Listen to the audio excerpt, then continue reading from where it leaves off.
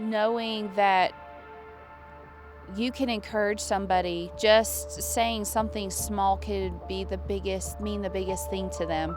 It's not really about material possessions in life. It's about having people that encourage you, and it's the simple words that could really impact somebody's life. If I could say anything about this group of people, is that they have the ability to open up. The willingness to open up is, what encourages me to open up, to trust as well.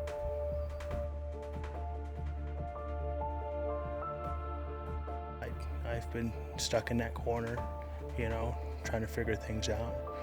It's been really hard for me to just kind of get out and about, recognize, that fear and just try to tackle it.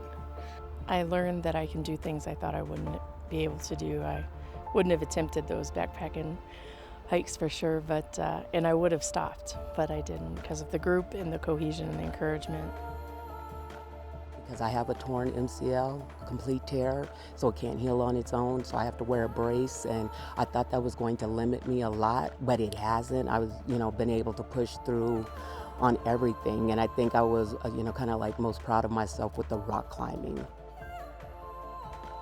And I went to Iraq in 2003 during the initial invasion. I was a machine gunner. I didn't really realize I was dealing with the PTSD until, a couple years ago. I always had big goals. I thought that I was put here to do something great. And, after my military service, it's just, I've isolated myself so much to where I just never could do what I wanted to do. So what brings me here is to really, break through that barrier and go out and try to accomplish what I want to accomplish. The way to be outside, to connect to the outside world, to the wilderness, to the mountain, the ability to open your mind to new things. Living in a big city, you're always cluttered. So I was happy to be chosen to come to this expedition, to be able to expand my mind and be able to free some of the demons and relax. Kim, she has no quit in her because she made it to camp every day, and her attitude was absolutely always amazing. She was always happy, always smiling. If you said, "Hey, Kim," she would smile right at you and say, "Yeah," and ready to go. And on the rafting days, it's been really awesome seeing Eddie, experience things like surfing down a rapid. So, the trauma is the thing that happened, but what happens next is up to us. I get to make that decision about what happens next. So as I'm processing and learning to heal from, the experiences I had, I want to bring that healing to other people. I want other people to realize there's a path out, and so that's what I'm doing with my life now. And so that's this idea of post-traumatic growth, is making this decision that, I can't change the past, the trauma happened, but it's in the past and I can change the future.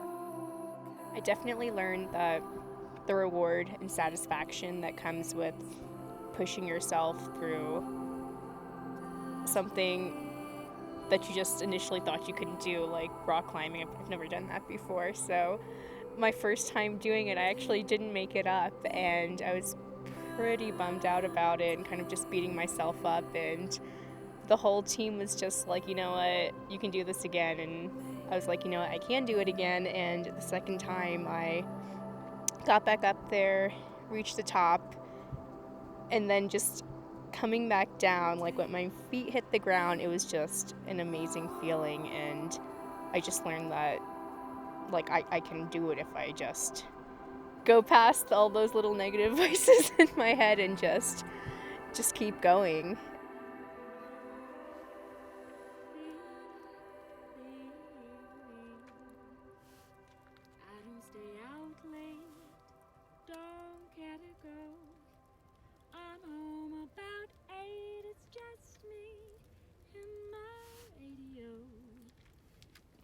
Behaving, I'm saving my life for I don't stay out late, don't care to go.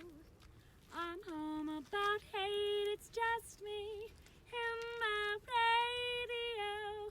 Hey, Miss Baby, I'm saving my life for you.